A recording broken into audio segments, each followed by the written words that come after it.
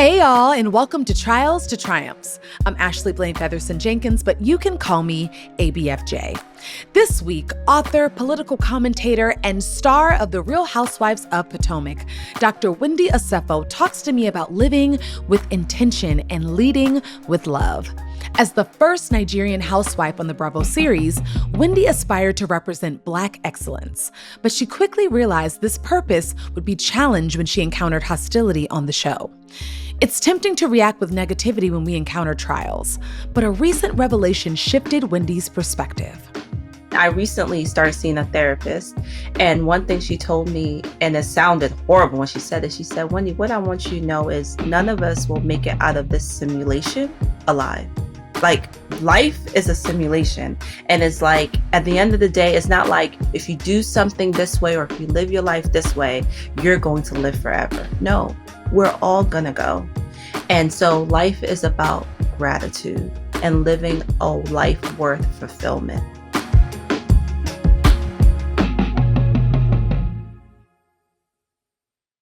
Hi, Dr. Wendy. Hi, Ashley. How are you? I'm great. Thank you for asking. Welcome to Trials. I'm so happy you're here. Oh, thank you for having me. I'm so excited to be here. So first, let's talk about how we met. Tell the story of how we met, if you could, please. Okay. We met at a Toast to Black Hollywood in LA. We were both honorees at the 2023 Toast to Black Hollywood.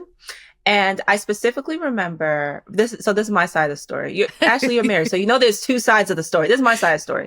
I remember you walked in and I looked up and I said to myself in my head, I said, who is that beautiful girl? And in my head, I swear, that's what I said. In my head, I'm processing. I'm like, I've seen her before. I've seen her before. I've seen her before. And then I see people like coming up to you and saying hi and stuff like that. And then one of your former colleagues, her name escapes me, but she was there to celebrate you and to celebrate your success. Logan Browning. Logan! Yes. Logan was there. Logan then says, yeah, Ashley. And I look over, I'm like, that's who that is. That's Ashley. And so it was like, so that was my whole, so I gave you the whole thing. That was the process. That was, first of all, that's so kind. I love that you even thought that. But it's funny because I had a similar thought. So you were with your husband. You were with Eddie. I was with Daryl, my husband. And first of all, Daryl and I are huge fans of Real Housewives of Potomac. I'm also from Potomac, like Gaithersburg area. That's where I'm from. Yes. Yeah. So, anyway, we're huge fans. And so we're like, that's Dr. Wendy and Eddie. We're like, oh, we are freaking out. Now, mind you, I knew who the honorees were going to be, right? Because it was like announced. Yeah. But to be honest, I was like, maybe she's not going to be able to come into LA. I know you don't live in LA. So I didn't really expect for you to be there. So when you were there, I was like, I have to go up and say something. And you were taking pictures. And so it seems like we kind of had the moment at the same time, but I was just like, hi, like, such a huge fan of yours. It is so nice to meet you. And you and your husband, first of all, also we were thinking, Daryl and I were like, they're so beautiful and attractive. Aww. You're such an attractive couple. Like, Daryl and I really were like, wow, I mean, on screen, but in person, geez Louise. So anyway, you were just so kind, so warm. And we like had a little chat. And then after we connected on Instagram, which I thought was so kind. And then, we connected on being sorors of AKA. Yes. Hello. And and here we are. So I just want to thank you for being here, but also just from being a warm, kind soul from the moment I met you. And it just really meant a lot. It always means a lot when I meet people like that. Oh, thank you. And the feeling is mutual because I feel like people don't understand that sometimes in our world, like this other world that we live in, not everyone is warm. Not everyone is kind. Not everyone is inviting. Not everyone is, and I'll use this term loosely, sisterly, right? And so when you are in those spaces and you meet people who are just naturally just good people, you remember that and you cherish that. So thank you. I appreciate you. Well, I'm so happy. Thank you. And I'm just happy that we were sisterly. But you know what? Maybe that's the spirit of AKA too. There might be a little bit of that in there because I love that you said sisterly. It's like, I feel like the theme of being a sorority girl is like, it's about being sisterly. It's about seeing yourself in others. And so very much so I see myself in you, and I think it's the same for Oh, you, and that's always a good yes. feeling. Well, thank you. I want us, and we will have a real conversation Mm, about what it feels like, not what it is, Wendy. I want to know what it feels like to mm. be on Real Housewives of Potomac for you. Like, I want to know what it Ooh. feels like. So, again, we will get there. But I before, know we're going to that's start right. with some icebreaker questions. You ready? Okay. Okay, Yes, I'm cool. ready. What's something that recently landed on your gratitude list? I don't want to sound morbid, but I would say just the ability to live. Mm, I recently found out that one of my coworkers, because I also teach at Hopkins, who is relatively, young, my age, passed away. And mm, she was a rock star. Like, I mean, in our field, when you think of an academic, it's like we aspire to be like her. And life is so fickle. And I recently started seeing a therapist. And one thing she told mm. me, and it sounded horrible when she said it, she said, Wendy, what I want you to know is none of us will make it out of this simulation alive. Like, life is a simulation. And it's like, at the end Mm, of the day, it's not like if you do something this way or if you live your life this way, you're going to live forever. No, we're all mm. going to go. And so life is about gratitude and living a life worth fulfillment. And so that has just been sitting with me recently, like Yeah. just to be fulfilled, just to be happy. Like, do Mm. you forget everyone, just do you, because there is a clock that is ticking that none of us can see. I feel like it's funny you say this because I recently told Daryl, I was like, I have been recently having a tough time reconciling death. And I don't really know Mm, why. It's been in my spirit lately that like I had to accept and admit to myself that I'm not comfortable with it. And I'm not yes, comfortable with people I love leaving this earthly correct. plane. And in the same breath, Wendy, I realized I have to become comfortable with it. It's the inevitable. Right. And It's the inevitable. there was also uncomfortability in that, and like the realization of Right. like, if there's anything I need to be comfortable with, it's that new life comes into the world and lives we love leave. Like There you go. I have to become comfortable with it, but it's difficult. It's difficult. It is very difficult. And that's what actually, it's funny you say that. That's what actually generated, that was the nexus of my conversation with my therapist was I was telling her I am uncomfortable with death and Mm. I don't know why. And so she was trying to situate me and situate my own understanding to say, you have to be comfortable with it because it's something that you know is going to happen. Yeah. And it has just been hard for me. And I'm still trying to navigate. I don't have it all mastered, but what I do know now more than ever is because it is inevitable, man, live. Live. Just live. Yeah. Just Live. live. Yeah. And you know what? Live and also love. Love. Yes. Like, choose Woo! love always. Like, because if we don't know when our time is or when the time of our loved ones is, then you want to make sure that you leave people with love. You don't leave people with a bad taste in their mouth. You don't leave people with uncomfortability and things that are unspoken or things that are spoken and spoken unkindly. Um, Yes. yeah, that's lead with love. That's like my theme of this year. 1,000%. All right, so I Fair. want to start at the beginning. Wendy, where do Okay. you consider home? In bed with my husband. Mm. I Ooh. feel so, and not even in a sexual way, but in a safe way. I feel like Hmm. home is where you feel safe, and when it's just me and him together, laying down, I just feel safe. I feel at home. I feel like there's no outside noise, and that makes me feel protected in a way that I can't really put my fingers on. That's home. I love that you are the first person to give, I think on this podcast, as I always ask, what has home given you? And we're talking about, I'm asking about like, you know, where you're from. But I think you might be the first person who gave a person. You know, you didn't say North Carolina or Maryland or Nigeria. You said your husband. And I think that that's really profound and special, and I can deeply relate. And, you know, my follow-up question is, you know, is always like, what has home given you? But you answered that. It gives you peace. It gives you. And you know what's interesting about that? Honestly, now that I think of it, just to tie it deeper. Yeah. Growing up, I always moved around. No place has really been singularly home. I grew up in North Carolina, then my family moved to New York. I even lived in Massachusetts, then we moved to Maryland. I was born in Nigeria. I never stayed in one place for a very long time.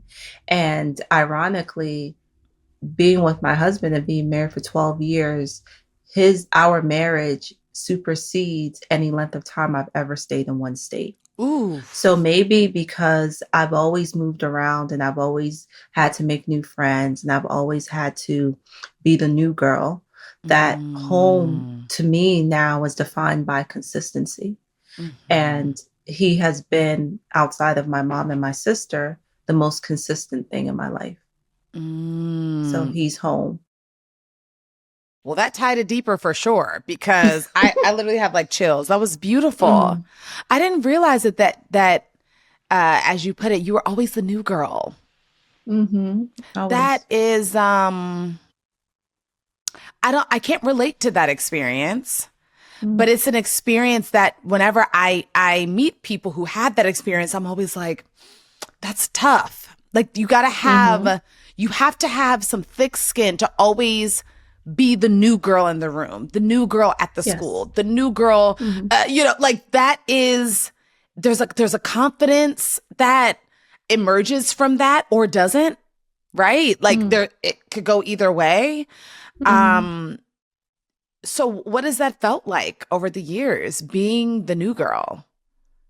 It's definitely changed with age. When you're younger, of course, it's so hard, it's so difficult because everyone knows each other, everyone knows each other's parents, and here you are, the new girl coming in.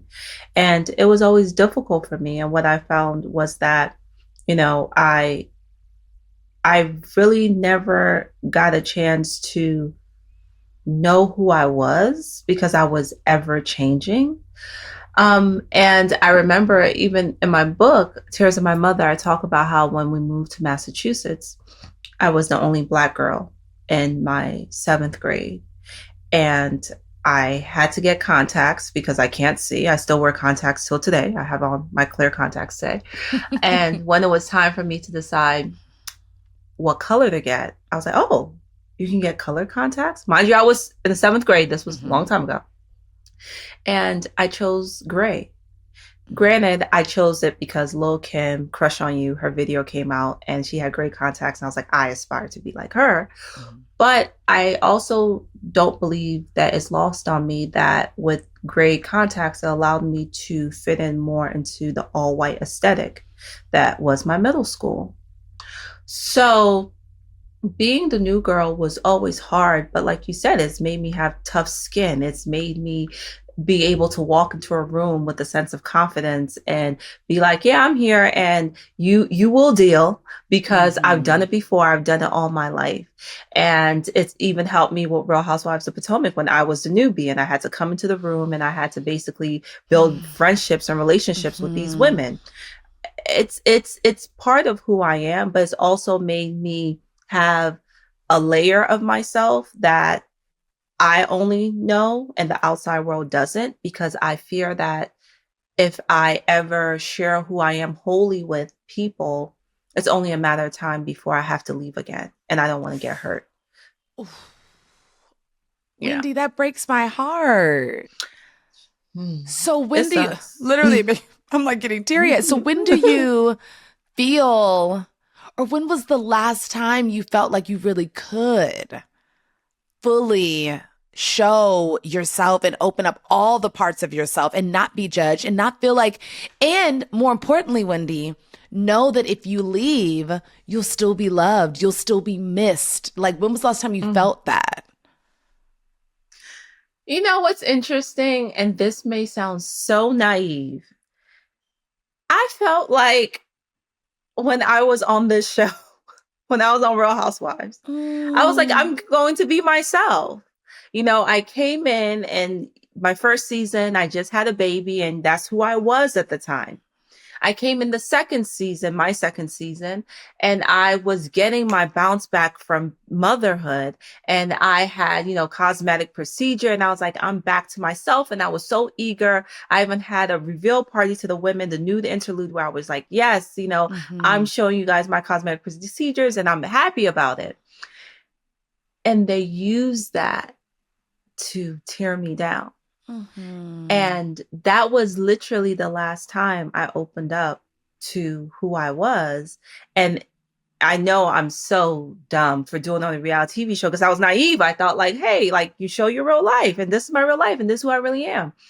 And for them to basically weaponize my vulnerability in a way to show that, no, because you got those cosmetic procedures, you're actually insecure. And because you have those cosmetic procedures, you're having issues at home. I was like, never again. I'm done. So that was the last time I have shown who I really am.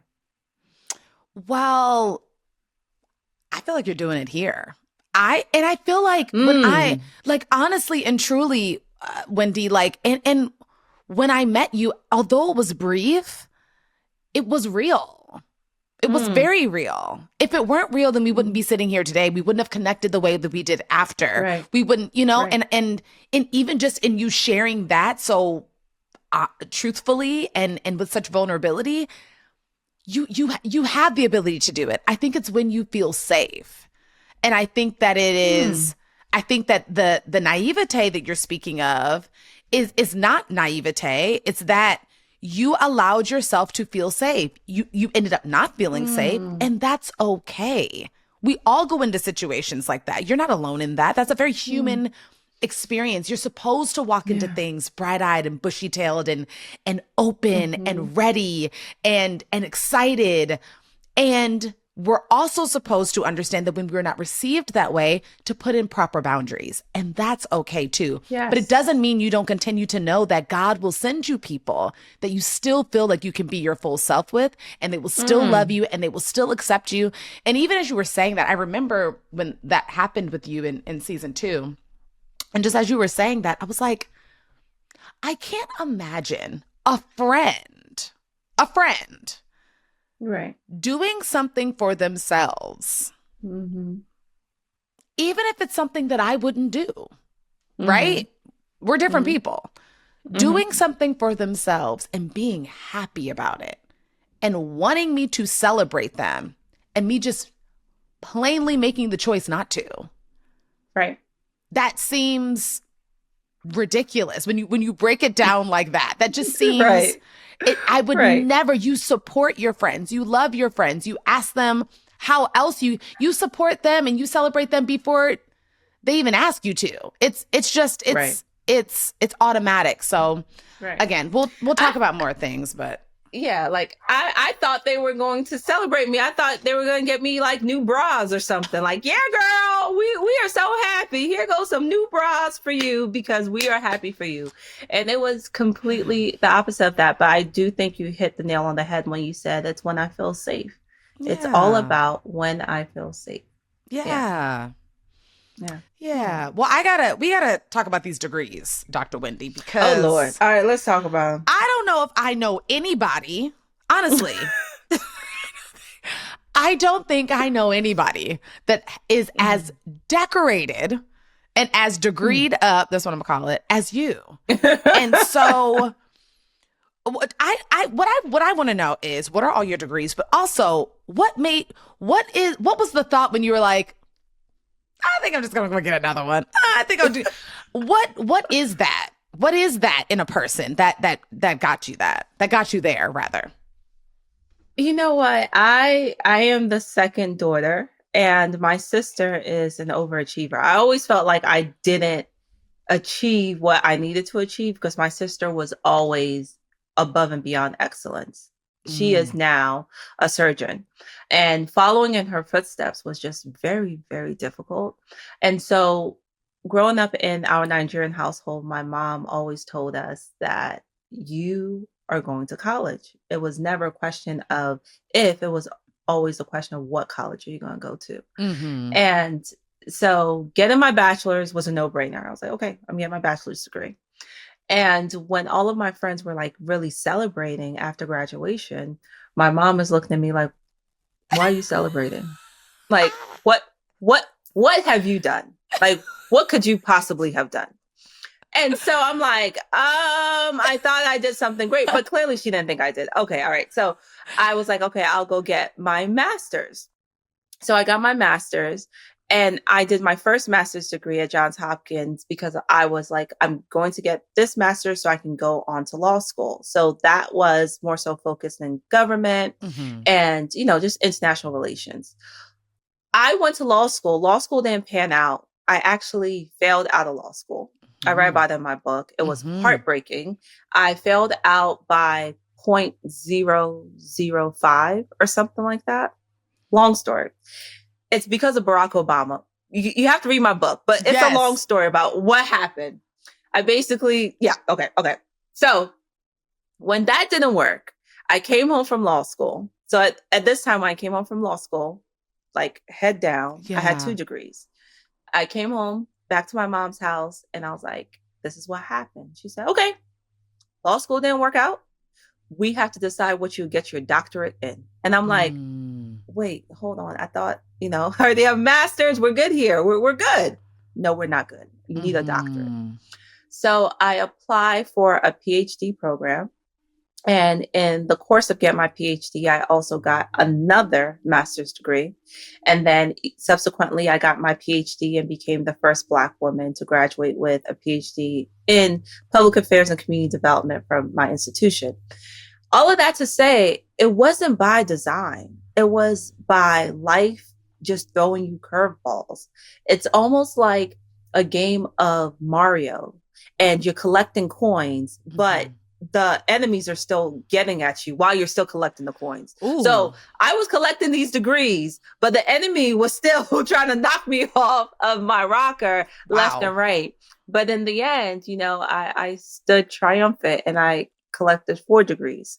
So it all worked out. And I always hated school. I don't think I've ever shared that. So this is what I was thinking, Dr. Wendy, as you were saying all this. You don't like school. Because I was like, that was the whole time you were talking, I'm like, does she just love school?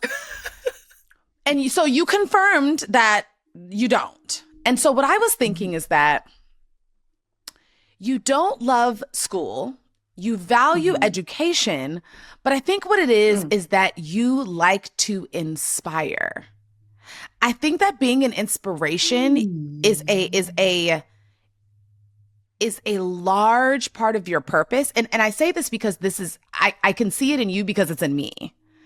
And so for you are able to deal with and overcome, have the trudging through of all the schooling, right? That can feel difficult because you know that just by being decorated in this way, that it's going to inspire someone else that looks like you to know that they can do it too. And that's bigger than maybe the lamenting of having to go through the school. You've always known that it's bigger than you. That's what it sounds like to me. Even, as we transition, I want to talk to you about being a cast member on Real Housewives of Potomac. And my first question for you is, what initially drew you to being a cast member on it? And I want you to answer. But my thought is, after you just said this, is you knew who it could touch. Despite having to be the new girl again, right? You knew you were going to be the new girl again, but you still put yourself in a position where I know I'm going to be the new girl again. It doesn't feel good. I don't love it, but who can I reach? Who can I inspire? It's bigger than me. Am I on the right path or? You are. No, you are. And that's so interesting that you say that about inspiration because I never I never looked at myself in that way. I have had people tell me that, but I have never looked at myself in that way. I just felt as though I'm just going through life and I'm doing these things, and people will stop and tell me, oh, this is great. This is phenomenal, but I never in the moment reconciled it with my own thinking in that manner. As it relates with the Real Housewives of Potomac, it's interesting because my initial thought when I did the show was I felt as though I had lived my life for everyone else. Like how I talked about my mom saying, okay, what's the next degree? What's this? What's that? And because I had lived my life for everyone else, I said, I'm going to do something for myself. And it was out of the box, and it was an opportunity that literally came to me. I didn't go to it. It literally came to me. And I said, okay, why not? Why don't I do this? And the way in which I was packaged was from the inspirational lens. I think if I remember my first introduction in the trailer, it was, she is Black girl magic personified. That's how they sold me, so to speak. And I didn't, sometimes when you live your life, and you wake up every day in this body to this face, it's normal. Yeah. You don't realize the way other people see you. And I never knew that. I never knew how many people I inspired because I just thought this was the norm. And a part of it for me, as I've been on this journey, is I have learned about myself in ways that I never knew. And as much stress and headache that this show gives me, I'm grateful for that. I'm grateful for seeing myself in a way that I never thought I deserved to be seen. What are some things that you've learned? Like what are some difficult things you've learned on this journey, and some like really beautiful things you've learned on this journey about yourself or even about others? Well, it was always just a blessing to be the first Nigerian housewife. And the way that really galvanized and rallied people of Nigerian descent to say, there's one of us on this platform. I till today, I marvel in it and I appreciate that. It's also not lost on me that I am a dark-skinned woman on a major TV show, especially when my other castmates are fair-skinned. And occupying that space, I never thought of it as a torch when I occupied. I was just, the newest member of the show. But just to hear so many dark-skinned women who are like, yes, thank you for representing us. Yes. Or even the fact that, growing up, I loved, Fresh Prince of Bel-Air. I loved Martin. But a part of me always wondered why the men in those shows were lighter skinned and their women were fair skinned. It was almost like to be deemed worthy as a woman to be on a platform, your skin had to be light. Here I am on this show with my Black ass husband, my Black children, and my Black skin, and all of us are chocolate. And when I tell you there is power in that, I know. Because we don't see that. We don't see even in commercials, and that's fine, great. We're representing the array of colors and I got it. But there's power in being that representation on TV, and that's not lost on me. Yeah. It's not. Yeah. I mean, obviously, that I can relate too. I mean, I can relate with the types of roles that I choose to play and the types of projects I choose to be involved in, but also the actual home and the life that I've created. Like, I live it in real life. Like you said, I got my dark husband, We gonna have our dark kids, and we gonna be up in here living our happy black dark skinned life. And there Yes. is something there is there's such power in it. And I think what is the most important thing about the power that's in it is that we have to be unwilling to allow people to take away the power. Like, everyone's not going to understand it or appreciate it in the way that we do, but we have to continue to put it into the world because Yes. we know how much it means. Everyone can't relate, Yes. and that's okay. But we know who can relate and how powerful and important it is. So we can't stop. You have to keep being your full, beautiful, dark-skinned, 50, 11 degrees self. You have to keep being that because there's so many women that you know are like, she looks like me. She did what?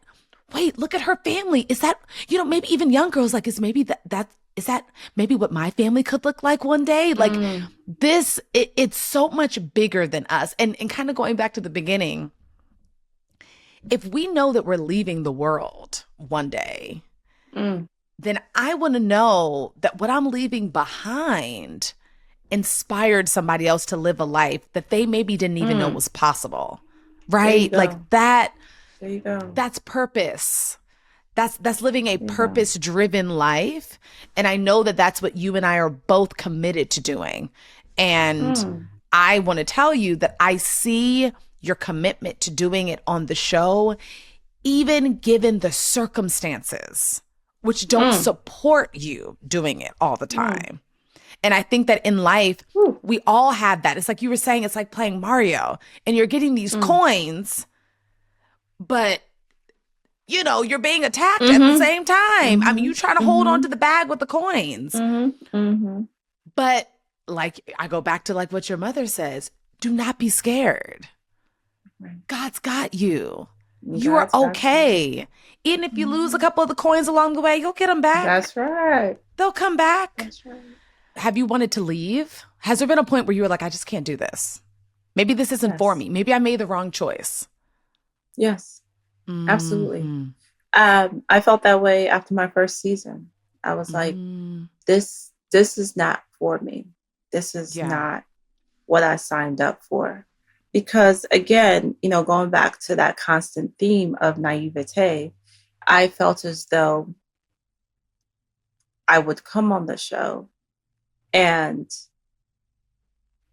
not get into the fray, so to speak, right?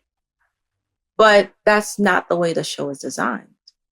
And I fully didn't understand what the purpose. You see, there's two different things. We have our purpose as individuals. But you also have to realize with everything you involve yourself in, that thing also has its purpose. And there may be times when they are in complete contention. Ooh, Wendy. So my purpose may be to inspire, but what's the show's purpose? And it took me some time to realize that my purpose on this earth is in direct conflict with what the show's purpose is. And now that I have realized that, I have to find a way for them to coexist. But earlier, I thought it was the same, and it left me hurt when it wasn't translating. But you see, I had to tell myself, baby girl, it's not translating because you, Wendy, are flawed. No, it's not translating because you fail to realize the purpose of the project you signed up for. But now I know the purpose. So let the games begin. That I know the purpose is a word, Wendy. Wow. That really, I needed to hear that because it's understanding the difference can save you a lot of hurt. Can save you. I mean, Hello, somebody.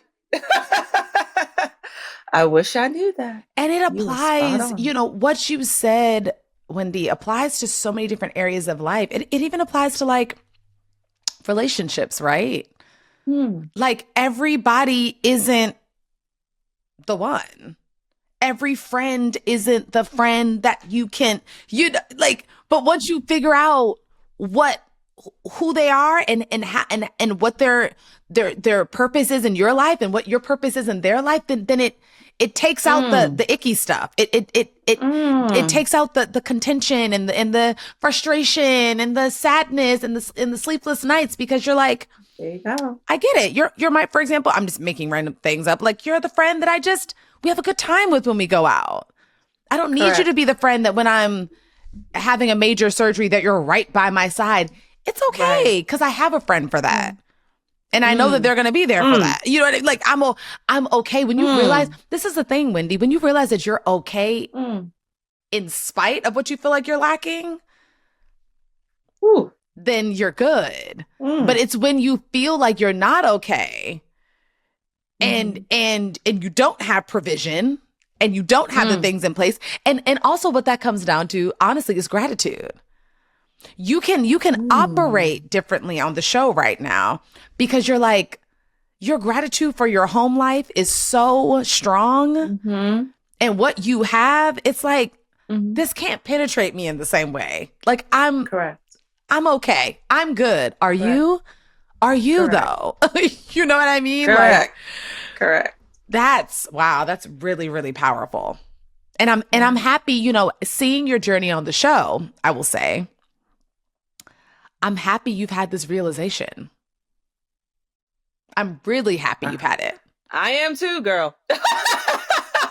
I was up against the ropes for a while. I didn't know. I was like, wait, whoa, whoa, why is this not clicking? Why is this not clicking? Why is Mm, this, why am I so hurt? Why is this bother? Why? It was a bunch of whys until I realized the issue is not you. Is the issue is you want you want to show excellence for a show that was never designed to show excellence. mm. Well, That's wait. all it So one is. more one more thing I want to ask about this. So Mhm. do you so when you realize that who you are naturally Mhm. is Mhm. not necessarily uh congruent with the Mhm. space that you're in, Mhm. do you adjust? Do you just say, oh well, it's just gonna have to be incongruent, I guess? Or do you Mhm. morph Mhm. to make it? What do you do? Well, I'll say this: what you don't do is you don't Mm. change yourself. You Okay, stay got it. true to who you are. You stay solid to your core. You remain who you are. Because another thing, as I started teasing it out, is like, okay, do I have an issue with the show? And I thought about it and I said, it's not that I have an issue with the show because everyone doesn't necessarily love their workplace. It's still a job. I have to realize that it is a job it's still a job. I'm Yeah, going to work. I'm going to yeah. work. It just happens to be I'm going to work to show my life. Hmm. And so it was my own thinking that made it tougher than it should be. I just had to get out of my own head about it because I think that, and I feel, and I sense this from you too, when you are in a good place in your life and you surround yourself with love, you're protective of that. And that's Hmm. what makes it hard to separate because it's not just a job where you're pushing papers from left to right and you may not have any affinity or any connection to necessarily what's happening. This job that I actually signed up for is about my life, the thing that I am protective about, the thing that I do love. So it was hard for me to say, yes, you could love this thing, but maybe the job doesn't also love this thing. It's Mm. not the job's role to love it. It's my Mm. job to love it. Ooh, It's my job. And so I feel like I had it all backwards. got it. I had my thinking all backwards, but now I understand what's going on. I understand what's at play. I also understand that um it's an amazing opportunity. It's gotten me to share my story with people whom, I've never met before. It's allowed me to, just be who I am in a space that people may have not known that someone like me exists. So I do appreciate it, but in all things, you got to know what you're getting into. You got to know what you're getting into. You got to know what you're getting into. Dr. Wendy, what has been your takeaway from our conversation today? Child. Woo. Man, okay, what has been my takeaway? I think I will say where we started, which is to live a life of fulfillment surrounded by love. That has been a constant theme in our conversation. Yeah. Love. Fulfillment, happiness. I love that. My takeaway is the awareness that you instilled in me about understanding that the places and the spaces that I will continue to navigate in my career might not have the same purpose as me or the same vision as me. And that doesn't mean I stop being me. It just means that I'm aware of it and I allow it to not maybe hurt me or surprise me or shock me in a way that maybe it would have had you not imparted that wisdom upon me. So I'm very grateful for it. And something deep inside is telling me that like, I needed to hear that today for something that is in my future. So I really, really, really thank you for that, Wendy, because I think it was very sage advice and advice that, you learned having gone through a lot, but that I think will help everybody that listens to this episode. So I thank you. I honor you. And I'm so proud of you, Wendy. You used the word marvel earlier, but you to me are a marvel. Yeah. Oh, thank you. I need to hear that today. Yeah. Thank you. You're amazing. And we see you. Oh, thank you. I needed to hear that today. We see you. Thank you so much. Celebrate you. Thank you, sis. Thank you.